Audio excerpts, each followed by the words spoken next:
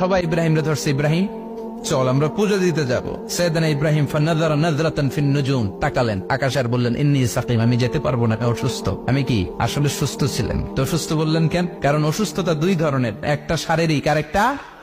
সাইয়েদনা ইব্রাহিম মানসিক ভাবে প্রচন্ড বিপর্যস্ত ছিলেন, অসুস্থ ছিলেন। এর কারণ গোটা উম্মত মূর্তির পূজা করে, এই দৃশ্য দেখে কোন নবী মানসিক ভাবে সুস্থ থাকতে পারে? উনি বললেন আমি অসুস্থ, তোমরা যাও। সবাই বলল ঠিক আছে আমরা যাই। ইব্রাহিম তুই আমাদের ঘরের মূর্তিগুলারে পাহারা দে। মূর্তি পাহারা দেওয়ার জন্য কারে পাওয়া গেছে?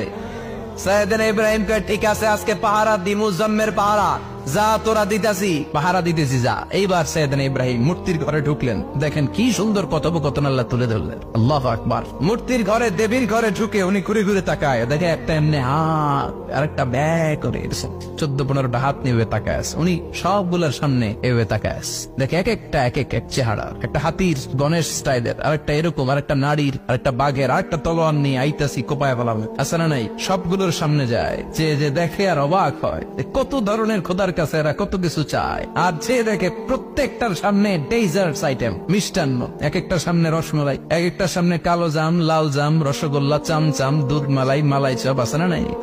জিব্বায় পানি চলে আসছে নাকি? তো সাইয়েদনা ইব্রাহিম অবাক, কিরে এত মূর্তি, এত ডিজাইন, এত ভাবে এরা অঙ্গভঙ্গি করে আছে, এত খাবার দেয়া, খায় না কেন? সাইয়েদনা ইব্রাহিম ভাবলেন মনে হয় নাগাল পাই না, আমি একটু তুল্লা ধরি। উনি রসমালাইয়ের বাটিটা নিয়ে যেটা হা করে আছে ওইটার সামনে যায়, কয় খা। কি কয়? বানাই করতেছি মনে হয়। ফারাগা ইলা আলিহাতিহিম, মূর্তিগুলোর কাছে গেলেন। ফাকালা আলা তাকুলুন, খাবি না? খাবি না দাঁড়া, আমি কিছু খা। কোরআন থেকে বলছে, ঠিক কিনা? উনি ভাবলেন ওরা হয়তো খেতে পারে না, নাগাল পাচ্ছে না, কিংবা আমারে দেখে লজ্জা পাচ্ছে। নিচ থেকে রসমালাইয়ের বাটি তুলে ধরলেন, উনি বললেন খা। আর ওগুলা কয় হা হা করে নড়েও না সরেও না। উনি মুখের সামনে তুলে ধরে বললেন আলা তাকুলুন, খা। সবগুলার সামনে গেলেন, খা খা। কেউ খায় না, ওগুলো হা করে আছে। সাইয়েদনা ইব্রাহিম বললেন খা, কেউ কথা কয় না। উনি বললেন খাবি না কেন? তাইলে কথা ক। এই যে কষ্ট করে উড়াইলি, মুখের সামনে দিলাম, খাবি না কেন? কথা বল। আলা তাকুলুন, খাবি না কেন? কথা বল। মা লাকুম লা তাতাকাল্লামুন, খাবি না কেন? মা লাকুম লা তানতিকুন, হয় খা নয় কথা ক। বলতেই লাগলেন খা খা। প্রত্যেকটা মূর্তির সামনে গেলেন, খা। ওগুলো করে আছে আ, কোনো কথা কয় না। কয় কেন খাবি না? তাইলে কথা ক।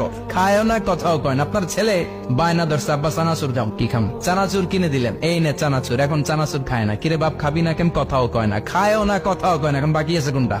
কথা কর। ফারাগা আলাইহিম দারবাম বিল ইয়ামিন, ডান হাতে কোপানো শুরু করলেন। ইচ্ছে মতো খুশি কিল মারতে মারতে মূর্তিগুলার সাইজ।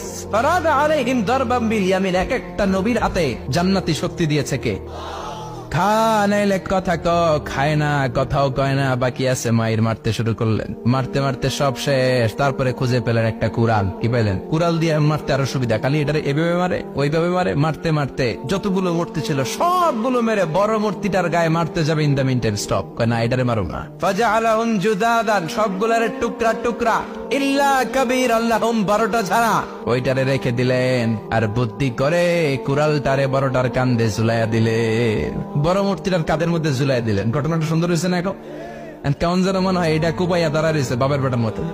বড় পূজার শেষ, পূজার দিনক্ষণ শেষ। বিকেল বেলা পূজা মণ্ডপ থেকে সব এসে দেখে সর্বনাশ।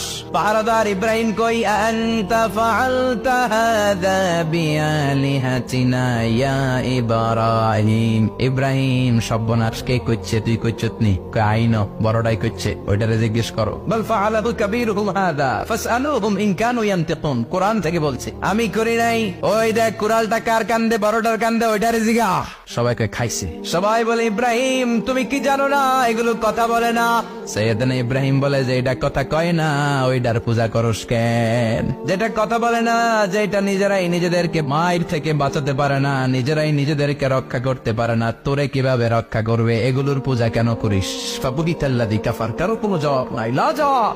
সবাইকে ইব্রাহিম তুই বড্ড বেড়ে গিয়েছিস, তোরে নমরুদের কাছে নেওয়া হবে, রশি দিয়ে পেঁচিয়ে নমরুদের কাছে নেওয়া হবে। নমরুদের নাম শুনছেন? শোনেন নাই বোধহয়। শোনেন নাই? পৃথিবীতে 4 জন বাদশা ছিল, যারা গোটা বিশ্বের বাদশা। গোটা বিশ্বের 2 জন কাফের, 2 জন মুমিন। মুসলমানের একজন হচ্ছে জুলকারনাইন, আরেকজন হচ্ছে সাইয়েদনা সুলাইমান। কাফেরের একজন হচ্ছে বাখতানাসার, আরেকজন হচ্ছে নমরুদ। এই নমরুদের কাছে নিয়ে যাওয়া হলো রশি দিয়ে বেঁধে। এবার নমরুদের সাথে কি ডায়ালগ মারছে এটা তো আর কোরআনে নাই। কথা তো এটাও আছে। নমরুদ বলে, ইব্রাহিম শুনলাম তুমি নাকি আমাদের খোদাগুলারে মারছো, তুমি নাকি কোন আল্লাহর ইবাদত করো, তুমি নাকি কোন নতুন রবের তথ্য নিয়ে আমাদের বাবেল নগরীতে আগমন করেছো।